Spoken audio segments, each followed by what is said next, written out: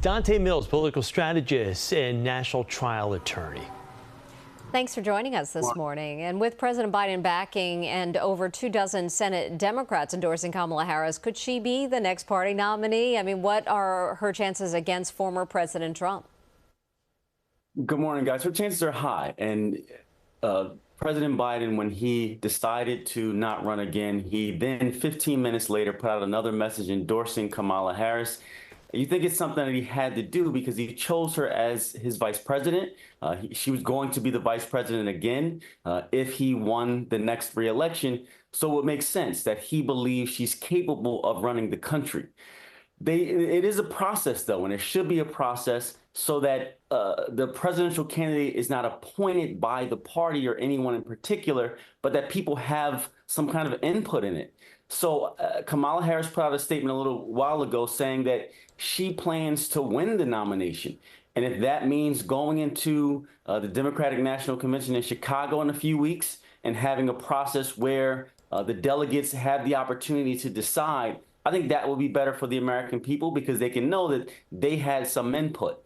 It is likely, though, that she is going to be the nominee because there's just not a lot of time for anybody else to put an entire campaign together to fundraise enough to run a presidential campaign and be ready for an election in November.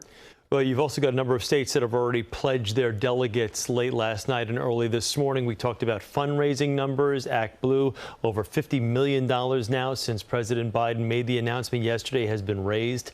It looks as though a lot of the key players, not only in the Democratic Party, but a number of the key players that would potentially have presidential aspirations are already coalescing around her. So what do things now look like in the next few days and weeks leading up to the convention in Chicago?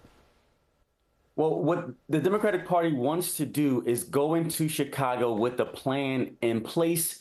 And again, they do want to make it a process. So although they may go in with an understanding that Kamala Harris is going to come out of it as the presidential nominee, they do want to walk in there with some kind of open process so that it seems as if people have input. But the direction is now going to shift to the vice presidential candidate and who's going to be Kamala Harris's running mate, if that's the plan.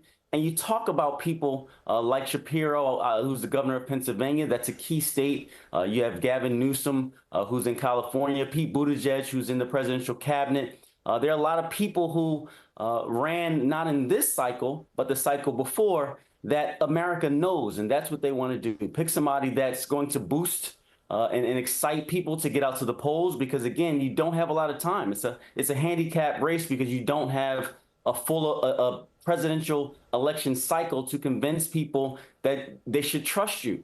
So they want people who are secure, confident, not making too many waves so that you give people the opportunity to feel comfortable who they're voting for when they go to the polls in November. Such a good point there. And let's discuss President Biden for a moment. No sitting president has dropped out this close to an election. With a political career spanning over 5 decades, what does this mean for his legacy? I think it shows who President Biden is. He was willing to step down and say, I understand I'm not capable of not running the country for the next 6 months because he's going to finish out his presidential, his 4-year period, but I may not be capable of running the country for the next 4 years. And that's what the American people had to decide, who's going to be the president for the next 4 years.